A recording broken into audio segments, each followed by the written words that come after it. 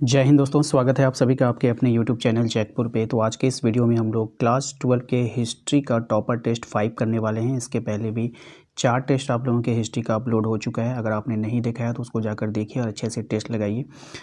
और जो लोग चैनल पे पहली बार विजिट कर रहे हैं, चैनल को सब्सक्राइब जरूर कर लीजिएगा, बेल आइकन को प्रेस करके रखिए ताकि आने वाली हर एक वीडियो का नोटिफिकेशन आपके मोबाइल पे जाए। और सबसे ज़रूरी बात है कि एग्ज़ाम काफ़ी नज़दीक आ चुका है, तो आप लोगों की क्लासेस काफ़ी ज़्यादा हो रही है जिसके कारण नोटिफिकेशन में प्रॉब्लम हो रही है। तो आप हमारे दिए गए नंबर को अपने मोबाइल पर सेव कर लीजिए, एक छोटा सा मैसेज कीजिएगा, आपको आपके ग्रुप का लिंक मिल जाएगा। फिर वहाँ पर आप अपने क्लास वाले ग्रुप को ज्वाइन कर लीजिएगा जहाँ पर आपको सारे अपडेट मिलते रहेंगे। ठीक है, देखिए सबसे पहले सवाल पे आते हैं। हमारा सबसे पहला सवाल है कि जैन धर्म के अंतिम एवं 24वें तीर्थकर कौन थे। 4 ऑप्शन आपके पास है, ध्यान से देखिएगा इसको और आपको हमसे पहले आंसर करना है और फिर हमारे बताए गए आंसर से अपने आंसर को मिलान करना है। राइट आंसर हो जाएगा Vardhaman Mahavir, option number D. ठीक है, क्वेश्चन नंबर आते हैं 2 पर। कहा गया है कि इब्ने बतूता ने अपनी यात्रा का विवरण किस भाषा में लिखा है। ठीक है, राइट आंसर हो जाएगा ऑप्शन नंबर डी, अरबी में। क्वेश्चन नंबर आते हैं 3 में। कहा गया है कि जगन्नाथ मंदिर कहाँ पर स्थित है। तो जगन्नाथ मंदिर आपका स्थित है पुरी में, option number A correct answer होगा। क्वेश्चन नंबर आते हैं 4 में। देखिए कहा गया इब्ने बतूता किस देश से आया था। तो इब्ने बतूता जो आया था वो मोरक्को से आया था, option number A correct answer हो जाएगा। क्वेश्चन नंबर 5 पे आते हैं। कहा गया महात्मा बुद्ध के प्रिय शिष्य का क्या नाम था। तो महात्मा बुद्ध का जो प्रिय शिष्य था उसका नाम था आनंद। क्या था? आनंद नाम था। ठीक है, क्वेश्चन नंबर आते हैं हम लोग 6 में। कहा गया है कि श्वेतांबर एवं दिगंबर का संबंध किस धर्म संप्रदाय से है, आपको बताना है। तो श्वेतांबर एवं दिगंबर का संबंध जो है वो जैन धर्म से है, option number C correct answer हो जाएगा। क्वेश्चन नंबर आते हैं 7 में। कहा गया किताबुल हिंद का लेखक कौन है। किताबुल हिंद का लेखक कौन है। तो किताबुल हिंद का लेखक है अल बेरूनी। ठीक है, option number C. Question number 8 पे आते हैं। कहा गया कि जैन धर्म में पूर्ण ज्ञान के लिए क्या शब्द है। तो जैन धर्म में पूर्ण ज्ञान के लिए कैवल्य शब्द का प्रयोग किया गया है, ऑप्शन नंबर सी हो जाएगा। क्वेश्चन नंबर आते हैं 9 में। कहा गया किताब उर रहला किसका यात्रा वृत्तांत मिलता है, यानी कि रहला में किसका यात्रा का वृत्तांत मिलता है। तो इब्ने बतूता का, option number C. Question number आते हैं 10 में। कहा गया है कि बौद्ध दर्शन किसमें संकलित था। अब ये जो बौद्ध दर्शन था ये किसमें संकलित है। सुत्त पिटक में, विनय पिटक में, अधम पिटक में। तो इनमें से सभी हो जाएगा, option number D correct answer हो जाएगा। ध्यान रखिएगा आप सभी। नेक्स्ट है कि सांची के स्तूप को यूनेस्को ने विश्व विरासत की सूची में कब शामिल किया था। तो सांची के स्तूप को जो यूनेस्को ने शामिल किया था वो 1989 में किया था, ऑप्शन नंबर ए हो जाएगा। क्वेश्चन नंबर 12 है। भारत में अल बेरूनी जिसके साथ आया था उसका नाम क्या था। तो भारत में अल बेरूनी जिसके साथ आया था उसका नाम था महमूद गजनवी। कौन था? Mahmud Ghaznavi, option number C. Question number आते हैं 13 में। कहा गया तृतीय बौद्ध संगीति का आयोजन कहाँ पे हुआ था। तो तृतीय बौद्ध संगीति का आयोजन हुआ था पाटलिपुत्रा में, option number B correct answer हो जाएगा। क्वेश्चन नंबर आते हैं 14 में। देखिए कहा गया है इब्ने बतूता की भारत यात्रा को जिस शताब्दी से संबंधित माना जाता है वह कौन थी, यानी कि कौन सी शताब्दी थी। तो वो थी 14वीं शताब्दी, option number C. Question number आते हैं 15 में। कहा गया है कि महावीर की मृत्यु कहाँ पर हुई थी।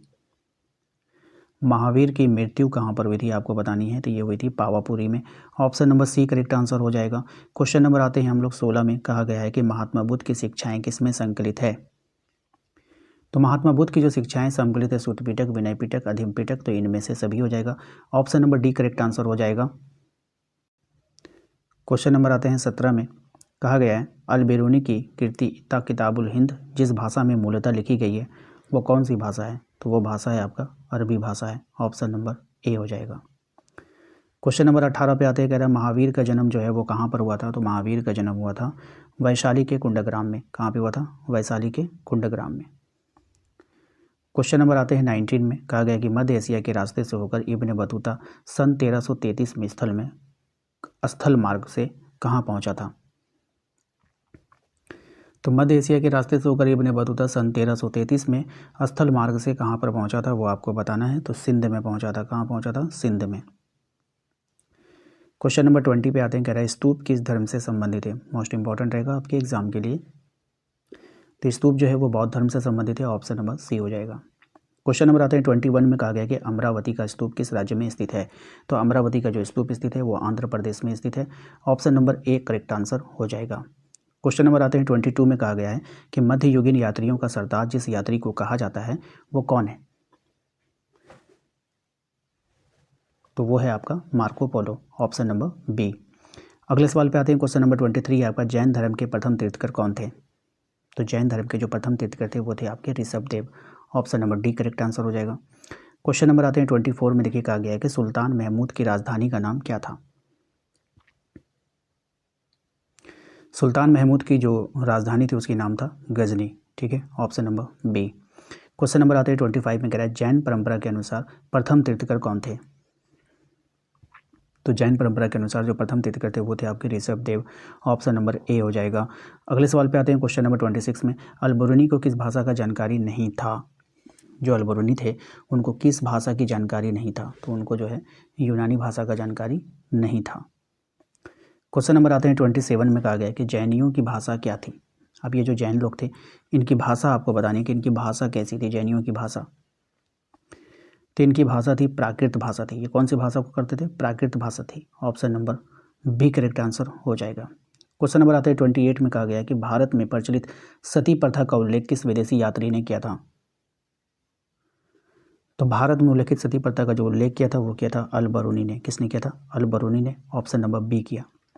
देखिए अगर आप एग्ज़ाम देने जा रहे हो, अगर एग्ज़ाम के पहले आप ये वीडियो देख रहे हो तो एग्ज़ाम में कम से कम 5 से 8 साल का PYQ का रिवीजन आप लोग जरूर करके जाइएगा। अगर आपके पास PYQ है तो बहुत अच्छी बात है। अगर आपके पास PYQ नहीं है तो मैंने PYQ का एक ई-बुक बनाया है। ठीक है, आप उसको प्राप्त कर लीजिएगा। हमारे दिए गए नंबर पे एक मैसेज कीजिएगा और कहिएगा कि भैया मुझे PYQ का ई-बुक चाहिए, तो आपको मिल जाएगा। जिसमें आपको ऑब्जेक्टिव 1 लाइनर के फॉर्म में मिल जाएगा। सारा 8 साल का ऑब्जेक्टिव एंड सब्जेक्टिव जितने भी थे वो भी आपको मिल जाएंगे। ठीक है, और PYQ काफ़ी इंपॉर्टेंट होता है, एग्ज़ाम में रिपीट होते हैं क्वेश्चन वहाँ से, तो ध्यान रखिएगा। क्वेश्चन नंबर आते हैं 29 में कहा गया कि बुद्ध के पूर्व जन्म की कथाएं किस में संकलित है। तो बुद्ध की जो पूर्व जन्म की जो कथाएं हैं वो किस में संकलित है आपको बतानी है। तो जातक कथा में संकलित है। Option number B correct answer होगा। क्वेश्चन नंबर आते हैं 30 में देखिए कहा गया है कि निम्न में से कौन एक विदेशी यात्री चिकित्सक था। काफ़ी अच्छा सवाल है ये और एग्ज़ाम में आता है यहाँ से क्वेश्चन, और काफ़ी सारे बच्चे यहाँ पे कंफ्यूज हो जाते हैं। तो आपको इसका सही आंसर बताना है कि निम्न में से कौन एक विदेशी यात्री चिकित्सक था।